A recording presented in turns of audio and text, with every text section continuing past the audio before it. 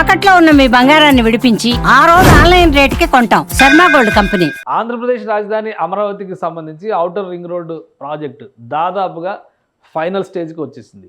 కేంద్ర ప్రభుత్వం నుంచి గ్రీన్ సిగ్నల్ వచ్చిన వెంటనే దీనికి సంబంధించినటువంటి పనులు ప్రారంభించడానికి ఏపీ గవర్నమెంట్, ఏపీ సిఆర్డీఏ, అలానే అమరావతి డెవలప్మెంట్ కార్పొరేషన్ ఇవన్నీ కూడా ఒక ప్రణాళికబద్ధంగా ముందుకు సాగేటువంటి ప్రయత్నం చేస్తున్నాయి. అలానే ఫైనల్ అప్రూవల్తో రాష్ట్ర ప్రభుత్వం కేంద్రానికి పంపినటువంటి ఔటర్ రింగ్ రోడ్డు పైన, రింగ్ రోడ్ డిపిఆర్ పైన అందరిలోనూ ఆసక్తి ఉంది. మొత్తం మీద ఒక 9 చోట్ల స్వల్ప మార్పుల్ని మాత్రమే కేంద్ర ప్రభుత్వానికి సంబంధించినటువంటి national highway authority of India మార్పుల్ని సజెస్ట్ చేసింది. ఆ మార్పులకి అనుగుణంగా రాష్ట్ర ప్రభుత్వం ప్రణాళికాబద్ధంగా ఒక డిపిఆర్ని రెడీ చేసి కేంద్రానికి సమర్పించింది. సో ఈ ఫైనల్ ఆమోదం అందిన వెంటనే 11 ప్యాకేజీల కింద పనులు ప్రారంభించేందుకు కావాల్సినటువంటి ప్రణాళికను సిద్ధం చేసుకుంది. అసలు ఈ రింగ్ రోడ్లో ఎక్కడెక్కడ మార్పులు వస్తున్నాయి, అలానే ఔటర్ రింగ్ రోడ్ వస్తే ఇన్నర్ రింగ్ రోడ్ ఉంటుందా లేదా అనేటువంటి సందేహాలు ఉన్నాయి. వీటన్నిటికీ ఒక సమగ్ర సమాధానం ఇచ్చేటువంటి ప్రయత్నమే కేంద్ర ప్రభుత్వానికి రాష్ట్ర ప్రభుత్వం చేసింది. సో ఆ మ్యాప్ను ఒకసారి మనం పరిశీలిద్దాం. మొత్తంగా అమరావతిని దృష్టిలో పెట్టుకొని, అమరావతి నైసర్గిక స్వరూపాన్ని దృష్టిలో పెట్టుకొని రాష్ట్ర ప్రభుత్వం డెవలప్ చేసినటువంటి ఔటర్ రింగ్ రోడ్ ప్రాజెక్ట్ ఇది. తెలంగాణలో ముఖ్యంగా హైదరాబాద్లో ఉన్నటువంటి ఔటర్ రింగ్ రోడ్ ప్రాజెక్టు దాదాపు 170 కిలోమీటర్ల పరిధిలో ఉంటే, ఆంధ్రప్రదేశ్లో అమరావతికి సంబంధించిన ఔటర్ రింగ్ రోడ్డు ప్రాజెక్టు మాత్రం 190 కిలోమీటర్ల వరకు వెళ్తున్నటువంటి పరిస్థితి ఉంది. సో ఎటు నుంచి చూసినా కానీ విజయవాడ నగరం నుంచి కనుక ఒక సెంటర్ పాయింట్గా మెజర్మెంట్స్ తీసుకుంటే ఎటు నుంచి చూసినా ఔటర్ రింగ్ రోడ్డు పరిధి యావరేజ్గా 20 నుంచి 22 కిలోమీటర్లు ఉండేలాగా ఈ మ్యాప్ని రూపొందించారు. ఇందులో ఈ సర్కిల్స్గా కనిపిస్తున్నాయన్నీ కూడా ఒక 9 చోట్ల కొన్ని మాడిఫికేషన్స్ చేశారు. కానీ మొత్తం మీద 189 కిలోమీటర్ల దాకా వస్తున్నటువంటి అతిపెద్ద ప్రాజెక్ట్ ఇది కాబోతుంది. ఇది న్యూ అలైన్మెంటు, మొత్తం ఓల్డ్ అలైన్మెంట్ని కూడా పక్కన పెట్టి చిన్న చిన్న మాడిఫికేషన్స్ చేసి న్యూ అలైన్మెంట్ని తీసుకొచ్చేటువంటి ప్రయత్నం చేసింది. అంటే ఇంకా క్లియర్గా చెప్పాలంటే గతంలో రూపొందించినటువంటి ప్రాజెక్టునే దాదాపుగా కంటిన్యూ చేసింది. కానీ ఒక 4 చోట్ల మాత్రం మార్పులు చేసింది. ఆ 4 చోట్ల వచ్చిన మార్పులు ఒకసారి మనం గమనించి చూస్తే, ఇక్కడ ఈ బ్లూ అండ్ రెడ్ కాంబినేషన్లో కనిపిస్తున్నటువంటి ప్రదేశాల్లో మాత్రమే అలైన్మెంట్లో స్వల్ప మార్పులు జరిగినాయి. అది కూడా కొంచెం యువతలకి ఉండేటువంటి మార్గాన్ని అవతలకి మార్చాల్సినటువంటి పరిస్థితి వచ్చింది వివిధ కారణాల వలన. అలాంటి అలైన్మెంట్స్ మినహా మిగతా అంతా కూడా పాత అలైన్మెంట్ ఏ విధంగా రూపొందించారో, ఇది ఇక్కడ కనిపిస్తుంది 1, అలానే ఇక్కడ 2, మరొకటి ఇక్కడ కనిపిస్తుంది 3, ఇక్కడ కనిపిస్తుంది 4. ఈ 4 చోట్ల మాత్రమే స్వల్ప మార్పు జరిగింది. మిగతా ప్రాంతం అంతా కూడా చాలా క్లియర్గా గతంలో ఏదైతే మ్యాప్ రూపొందించారో అదే మ్యాప్ని పరిగణలోకి తీసుకుని తయారు చేశారు. అలానే ప్రతి కిలోమీటర్తో సహా దీన్ని మార్కింగ్ చేయడం అనేది ప్రత్యేకమైనటువంటి అంశంగా మనం చూడాల్సి వస్తుంది. సో మొత్తం అమరావతికి సంబంధించినటువంటి ఔటర్ రింగ్ రోడ్డు ప్రాజెక్టుగా ఈ మొత్తాన్ని మనం చూస్తే, ఇందులో ఈ బ్లూ సర్కిల్గా కనిపిస్తుంది ఇన్నర్ రింగ్ రోడ్ ప్రాజెక్టు. వాస్తవానికి ఇన్నర్ రింగ్ రోడ్ని కేంద్ర ప్రభుత్వం పక్కన పెట్టేసింది అనేటువంటి అభిప్రాయం ఉంది. కానీ ఇన్నర్ రింగ్ రోడ్డును కూడా అమల్లోకి తీసుకురావాలనేటువంటి ఆలోచన ఆంధ్రప్రదేశ్ ప్రభుత్వం చేస్తుంది. ఇక్కడ ఈ పింక్ కలర్ లైన్లో కనిపిస్తుంది ఇప్పుడు అమరావతికి సంబంధించి వెస్ట్ బైపాస్ రోడ్డు నిర్మాణం అనమాట. ఇది అమరావతి మధ్యలోంచి వెళుతున్నటువంటి నేపథ్యంలో ఇన్నర్ రింగ్ రోడ్డుకి ఈ ప్రాంతానికి దాదాపుగా 10 కిలోమీటర్ల డిస్టెన్స్ వస్తుందనేటువంటి ఒక లెక్క, 10 కిలోమీటర్ల పైగానే డిస్టెన్స్ వస్తుందనేటువంటి లెక్కను రాష్ట్ర ప్రభుత్వం వేస్తుంది. కాబట్టి ఇక్కడ కూడా అవసరమైతే ఈ ప్రాంతంలో ఒక బ్రిడ్జి కృష్ణానది పైన రావాలి. ఇక ఇటువైపు చూస్తే అలాగే ఈస్ట్ బైపాస్ను పూర్తిగా క్యాన్సిల్ చేశారు. కాబట్టి ఇక్కడ ఇన్నర్ రింగ్ రోడ్ వస్తేనే అది ఫుల్ఫిల్మెంట్ అవుతుంది అనేటువంటి ఆలోచన ఉంది. అందుకని ఇన్నర్ రింగ్ రోడ్డును కూడా ఈ ప్రాజెక్టులో ఒక సమాధానంగా చూపించేటువంటి ప్రయత్నం, ఓఆర్ఆర్లోనే చూపించేటువంటి ప్రయత్నం ఆంధ్రప్రదేశ్ ప్రభుత్వం చేసింది. ఇక మొత్తం 9 చోట్ల మార్పులకు సంబంధించినటువంటి అంశాలు ఏంటో ఒకసారి విశ్లేషించి చూద్దాం. ఎందుకంటే ఈ మొత్తం మ్యాప్ మనం చూస్తే అర్థమవుతుంది. ఈ చెక్స్లో కనిపిస్తుంది అంతా కూడా ఇది కోర్ క్యాపిటల్ ఏరియా. ఈ ఏరియా మొత్తాన్ని కూడా అమరావతి కీలకమైనటువంటి అమరావతి నగరం క్లియర్గా కనిపించేది. ఇక్కడ అమరావతి నగరం అంటే రాజధాని నగరం, దాన్ని మనం చూస్తున్నాము. ఇటుపక్కన విజయవాడ, ఇటుపక్కన గుంటూరు, అలానే ఇక మిగతా పట్టణాలు కూడా చాలా వరకు ఈ పరిధిలో తాడేపల్లి, మంగళగిరి లాంటి మున్సిపాలిటీలు లీనమవుతున్నాయి. అలానే తెనాలి కూడా ఇందులో కలిసిపోయేటువంటి పరిస్థితి ఉంది.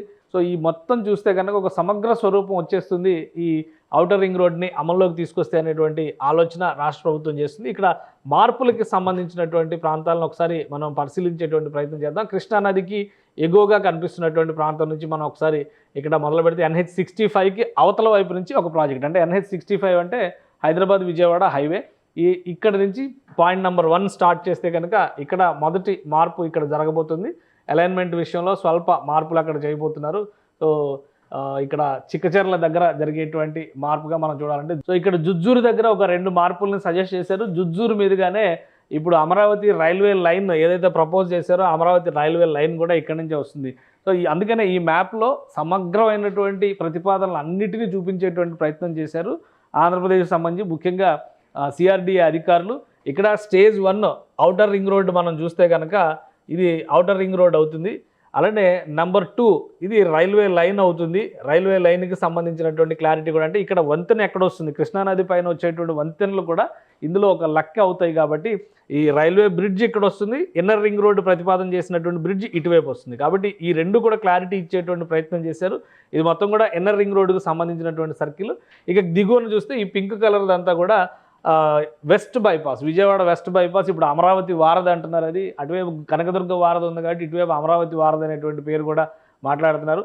సో ఇక్కడ నుంచి చూస్తే ఇది ఈ పింక్ మార్కింగ్ ఉన్నదంతా కూడా వెస్ట్ బైపాస్కి సంబంధించినటువంటి సర్కిల్ అవుతుంది. కృష్ణానది మీద ఇక్కడ వరుసగా ఇక్కడ ఒక బ్రిడ్జి మున్నలూరు దగ్గర నుంచి మొదలుపెట్టి చూస్తే, అంటే ఇందులో అమరావతి దేవుడి ఆలయం ఉన్నటువంటి అమరావతి నగరం, అమరావతి పట్టణం కూడా ఈ టోటల్ ఔటర్ రింగ్ రోడ్డు పరిధిలోకి వచ్చేస్తుంది. అంటే ఇక్కడ ఉంది అమరావతి ఔటర్ రింగ్ రోడ్, దానికి అవతల వైపు అమరలింగేశ్వర స్వామి ఆలయం. అమరావతి కథలు అని చెప్పి శంకరమంచి సత్యం గారి కథలు చాలా మనం పాపులర్ తెలుగులో, అలాంటి కథలు పుట్టినటువంటి ప్రాంతం ఇది. అలానే ఏదైతే ఆంధ్రుల రాజధాని అనేటువంటి మాట చెప్తున్నారో ఆ అమరావతి వేరు, ఈ అమరావతి వేరు అని చెప్పి చాలామంది వాదనలు కూడా చేస్తున్నారు. కాబట్టి ఔటర్ రింగ్ రోడ్డు పరిధిలోకి వచ్చేస్తుంది ఈ అమరావతి. మొత్తం అమరావతి ఒకటిగా అయ్యేటువంటి సూచనలు ఇందులో చూపించేటువంటి ప్రయత్నం చేశారు.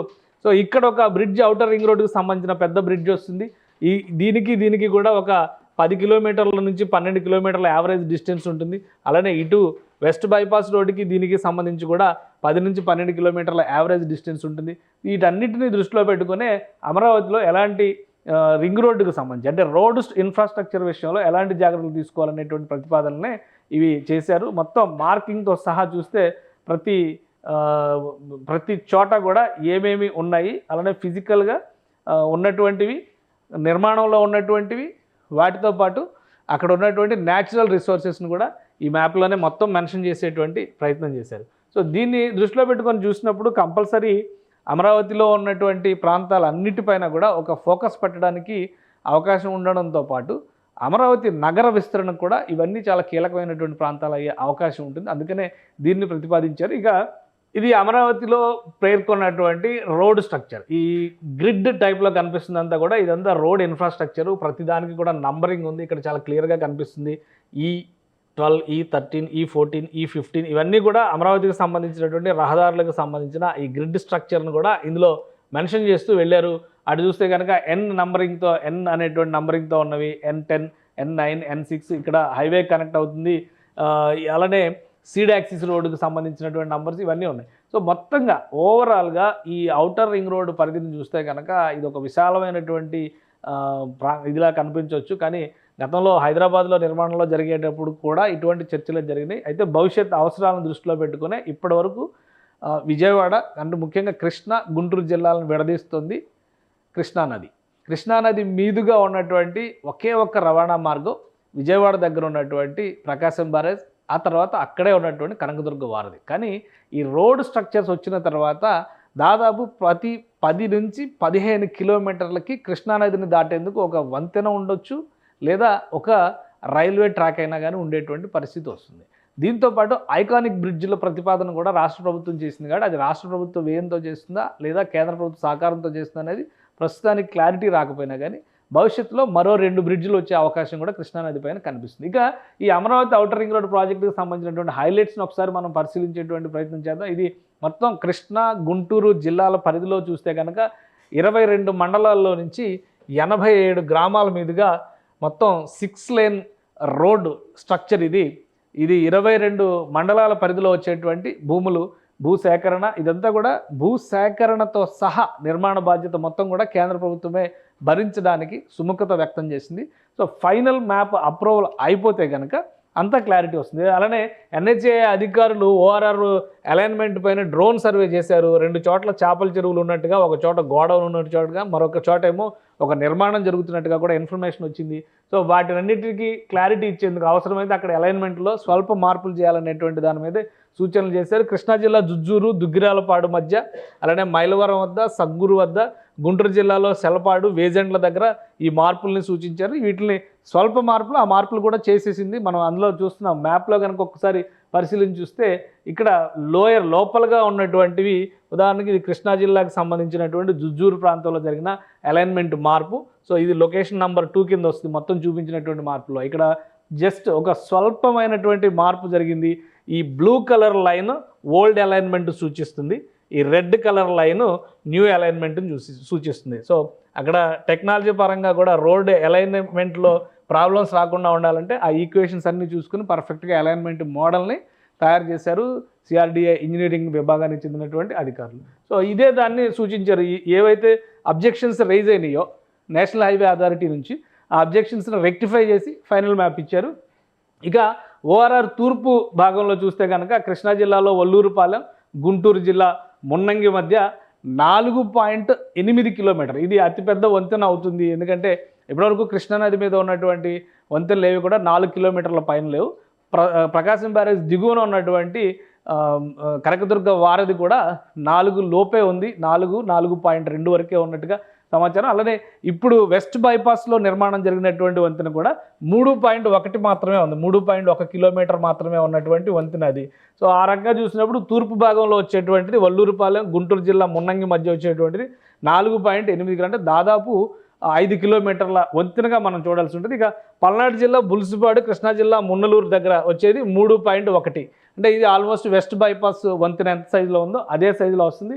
ఈ 2 వంతెనలు ఔటర్ రింగ్ రోడ్లో ప్రతిపాదించారు. ఈ ఔటర్ రింగ్ రోడ్డు ప్రతిపాదనలు ఇది చూస్తే కనుక ఇక్కడ మన్నలూరు, బుల్సుపాడు దగ్గర ఉన్నటువంటి మ్యాప్ను ఒకసారి మనం పరిశీలిస్తే ఇది వెస్ట్ అంటే విజయవాడ నుంచి, హైదరాబాద్ నుంచి వెళ్ళేటువంటి మార్గంలో చూస్తే కనుక మనం ఇది ప్రకాశం, ఇక్కడ పల్నాడు జిల్లా బలుసుపాడు నుంచి మున్నలూరు, కృష్ణా జిల్లా మున్నలూరు, ఈ రెండింటి మధ్య వచ్చేటువంటి 3.1 కిలోమీటర్ల వంతెన ఇది ఔటర్ రింగ్ రోడ్లో భాగంగా రాబోయే రోజుల్లో నిర్మించేటువంటి అవకాశం ఉంటుంది. అలానే రెండవ వంతెన చూస్తే కనుక అటు ఈస్టర్న్ పార్ట్లో అంటే తూర్పు భాగం వైపు చూసేటువంటి వంతెన ఇది ఇటువైపు మున్నంగి దగ్గర వస్తుంది. ఈ వంతెన ఇది కూడా వల్లూరుపాలెం, మున్నంగి మధ్య అంటే గుంటూరు జిల్లా, కృష్ణా జిల్లాకు సంబంధించినటువంటి మార్గం అనమాట. ఈ ప్రాంతంలో ఆల్మోస్ట్ ఇదే 4.8 కిలోమీటర్ల వంతెన, అంటే ఇది చాలా పెద్ద వంతెన అయ్యేటువంటి అవకాశాలు కనిపిస్తున్నాయి. 4.8 కిలోమీటర్ల వంతెన ఇది తూర్పు భాగంలో వచ్చేటువంటి వంతెన అవుతుంది. ఇక్కడ మార్కింగ్ కూడా క్లియర్గా చేశారు. మనం ఇది ఒరిజినల్ మ్యాప్, ఇది ఒరిజినల్ మ్యాప్ గవర్నమెంట్ ఆఫ్ ఇండియాకి ఏదైతే సబ్మిట్ చేశారో దాని డేటా, అందుకని ఇది జూమ్ చేసే కొద్ది దాని స్పెసిఫికేషన్స్ అన్నీ కూడా మరింత క్లియర్గా కనిపిస్తున్నాయి. సో ఇది 4.8 కిలోమీటర్ల పొడవైనటువంటి వంతెన ఇది తూర్పు భాగంలో వస్తుంది. తూర్పు భాగంలో ప్రస్తుతం ప్రకాశం బ్యారేజీ, కనకదుర్గ వారధి తర్వాత ఏ వంతెనలు లేవు, బైపాస్ నిర్మాణం కూడా జరగలేదు కాబట్టి ఇదే ముఖ్యమైనటువంటి వంతెన అవుతుంది. సో మొత్తం మీద 2 ప్రధానమైనటువంటి వంతెనలు మళ్ళీ ఈ కృష్ణానది పైన ORRలో భాగంగా రాబోతున్నాయి. ఇంకా ఇతర అంశాలను ఒకసారి మనం పరిశీలించి చూస్తే ఇది మొత్తం నిర్మాణానికి సంబంధించినటువంటి స్పెసిఫికేషన్స్ 16,310 కోట్లు అవుతుందని చెప్పని అంచనా వేశారు.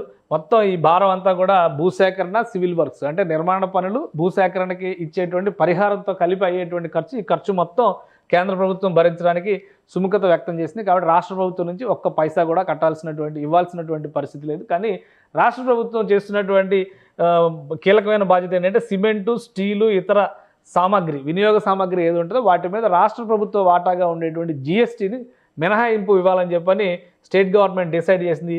ఈ GST తీసేస్తేనే, రాష్ట్ర ప్రభుత్వం GST తీసేస్తేనే 1,156 కోట్ల రూపాయల మేరకు ఖర్చు తగ్గబోతుంది. సో ఆ మేరకు ప్రాజెక్టు మీద భారం తగ్గినట్టుగానే మనం చూడాలంటే దాదాపుగా 1,100 కోట్లు పైగా అమౌంట్ ఇక్కడ కనిపిస్తుంది. మొత్తం 11 విభాగాలుగా విభజించారు. టోటల్ రింగ్ రోడ్డు చూస్తే కనుక 189 కిలోమీటర్లు, ఇది వాస్తవానికి దాదాపు 190 కిలోమీటర్లు అవుతుంది. హైదరాబాద్ ఔటర్ రింగ్ రోడ్డు కంటే కూడా ఇది మరొక 20-25 కిలోమీటర్ల పెద్దదనే మనం చెప్పాల్సినటువంటి పరిస్థితి ఉంటుంది. 11 విభాగాలుగా విభజించి 3 దశల్లో నిర్మాణ ప్రక్రియ, అంటే ఎక్కడికక్కడ ప్యాకేజీల రూపంలో నిర్మాణ ప్రక్రియను ముందుకు తీసుకెళ్తారు. ఇక ORR పరిధిలోకి విజయవాడ, గుంటూరు లాంటి నగరాలతో పాటు మంగళగిరి, తాడేపల్లి మున్సిపల్ కార్పొరేషన్లు, తెనాలి పట్టణం కూడా వస్తుంది. ఇంకా కీలకమైనవి చాలా ఉన్నాయి. ఎందుకంటే ఉమ్మడి కృష్ణా జిల్లా పరిధిలో చూస్తే మైలవరం, గన్నవరం, ఆగిరిపల్లి, ఉయ్యూరు వరకు ఓఆర్ఆర్ పరిధి ఉంటుంది. మొత్తం 189 కిలోమీటర్లు, అంటే 190 కిలోమీటర్ల మేర కనిపించేటువంటి రహదారి వ్యవస్థగా ఇది మారుద్ది. సో దీన్ని ఇంటిగ్రేషన్ చేసేటువంటి క్రమంలో కూడా రాష్ట్ర ప్రభుత్వం తీసుకున్నటువంటి మరొక కీలకమైన నిర్ణయం ఏంటంటే భవిష్యత్తులో ఒక 50 ఏళ్ల వరకు అవసరాలను దృష్టిలో పెట్టుకొని చూస్తే విజయవాడ ప్రాంతం, బహుశా గుంటూరు, విజయవాడ, అమరావతి అన్నీ కలిపి ఒక మహానగరంగా మారిపోయేటువంటి పరిస్థితి ఉంటుంది. అంటే హైదరాబాద్లో ఈ చివర ఉన్నటువంటి ఎల్బీ నగర్ని ఒక కాలనీగా చూస్తున్నాం, ఆ చివర ఉన్నటువంటి బిహెచ్ఎల్ని కూడా ఒక కాలనీగానే చూస్తున్నాం. అంటే రాబోయే రోజుల్లో అమరావతి నగరంలో ఓ పక్కన విజయవాడ అనేటువంటి కాలనీ, మరో పక్కన గుంటూరు అనేటువంటి కాలనీ, ఇంకో పక్కన మైలవరం, గన్నవరం లాంటి కాలనీలు కూడా ఉన్నాయని చెప్పుకునేటువంటి పరిస్థితి వస్తుంది. అంత సమగ్రమైనటువంటి స్వరూపాన్ని ఇందులో పొందుపరిచారు. ప్రధానంగా ఇది రహదారి వ్యవస్థని సూచించే విధంగా తయారు చేశారు కాబట్టి రోడ్డు, రైలు మార్గాలన్నిటినీ కూడా ఇంటిగ్రేట్ చేస్తూ చేసినటువంటి ఒక బృహత్తర ప్రణాళిక ఇది. ఫైనల్ కన్సెంట్, ఎందుకంటే చంద్రబాబు నాయుడు గారు ఢిల్లీ టూర్లో ఉన్నారు. ఆ టూర్ కంప్లీట్ అయిన వెంటనే దీనికి సంబంధించినటువంటి ఆదేశాలు వస్తాయనేటువంటి సంకేతాలు కనిపిస్తున్నాయి. కేంద్ర ప్రభుత్వం దాదాపుగా ప్రొసీజరల్ యాక్టివిటీ మొత్తం కంప్లీట్ చేసింది. ఆర్డర్స్ పాస్ చేయడం మాత్రమే పెండింగ్లో ఉంది. సో ఆర్డర్స్ పాస్ చేసిన వెంటనే ప్యాకేజీల రూపంలో నిర్మాణ ప్రక్రియను ముందుకు తీసుకెళ్లేటువంటి ప్రయత్నం చేస్తారు. ఆల్రెడీ 11 విభాగాలుగా దీన్ని రూపొందించారు. దీనికి కావాల్సినటువంటి గ్రౌండ్ వర్క్ అంతా కూడా రెడీ చేసుకుని రాష్ట్ర ప్రభుత్వ అధికారులు కూడా సిద్ధంగా ఉన్నారు. కాబట్టి అతి త్వరలో, బహుశా ఈ నెలాఖరులోపే ఔటర్ రింగ్ రోడ్డుకు సంబంధించినటువంటి ఒక అధికారిక ప్రకటన వెలువడేటువంటి అవకాశాలు స్పష్టంగా కనిపిస్తున్నాయి. సుమన్ టీవీలో మీ పర్సనల్ అండ్ బిజినెస్ ప్రమోషన్స్ కోసం కింది నెంబర్కి కాంటాక్ట్ చేయండి.